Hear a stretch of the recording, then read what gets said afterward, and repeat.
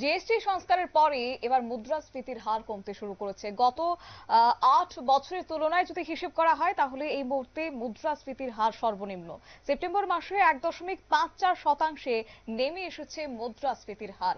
যা বিস্তারিত আমাদের সঙ্গে যুক্ত হয়েছে প্রতিনিধি শেখ মনিরুল। মনিরুল, কি বলবে?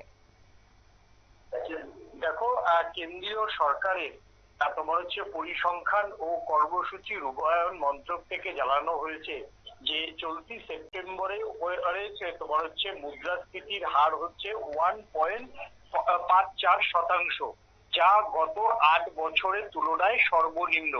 2017 সালে জুন মাসে এই মুদ্রাস্ফীতির হার ছিল এবং কেন্দ্রীয় সরকারের এই দাবির পরে কিন্তু একটা জিএসটি সংস্কারের পর যে ভারতের মুদ্রাস্ফীতি কমেছে তা কিন্তু ইতিমধ্যেই জানালো কেন্দ্র সরকার। এবং সেই সঙ্গে মুদ্রাস্ফীতির হার যদি আগামী দিনে কমে যায় আর কম থাকে, তাহলে অবশ্যই নিত্য প্রয়োজনীয় যে জিনিস, সেই নিত্য প্রয়োজনীয় জিনিসের দাম কমবে।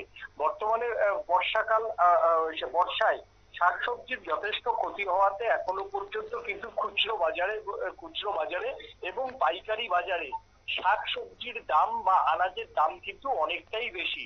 যদিও মধ্যবিত্ত এবং মধ্যবিত্তকে স্বস্তি দিয়েছে আলু, পেঁয়াজ, রসুনের দাম, তবে তোমার হচ্ছে এই মুদ্রাস্ফীতির হার যদি 1.54% অক্টোবর বা নভেম্বর পর্যন্ত থাকে, তাহলে কিন্তু অন্যান্য যে নিত্য প্রয়োজনীয় জিনিসের দাম সেইভাবে আর মধ্যবিত্তকে ছেঁকা দেবে না বলেই মনে করছেন অর্থনীতিবিদদের একাংশ।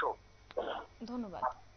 আপনারা শুনলেন এবং জানা গেছে গত ৮ বছরের তুলনায় সর্বনিম্ন মুদ্রাস্ফীতির হার। খাদ্যপণ্যের দাম ক্রমাগত হ্রাসের কারণে সেপ্টেম্বরে ভারতে খুচরো মুদ্রাস্ফীতির হার ভারতীয় রিজার্ভ ব্যাংকের ২ থেকে ৬% লক্ষ্যমাত্রার নিচে নেমে ১.৫৪% এসে দাঁড়িয়েছে। নিয়ে নিচ্ছি ছোট্ট একটি বিজ্ঞাপন বিরতির সঙ্গে থাকুন।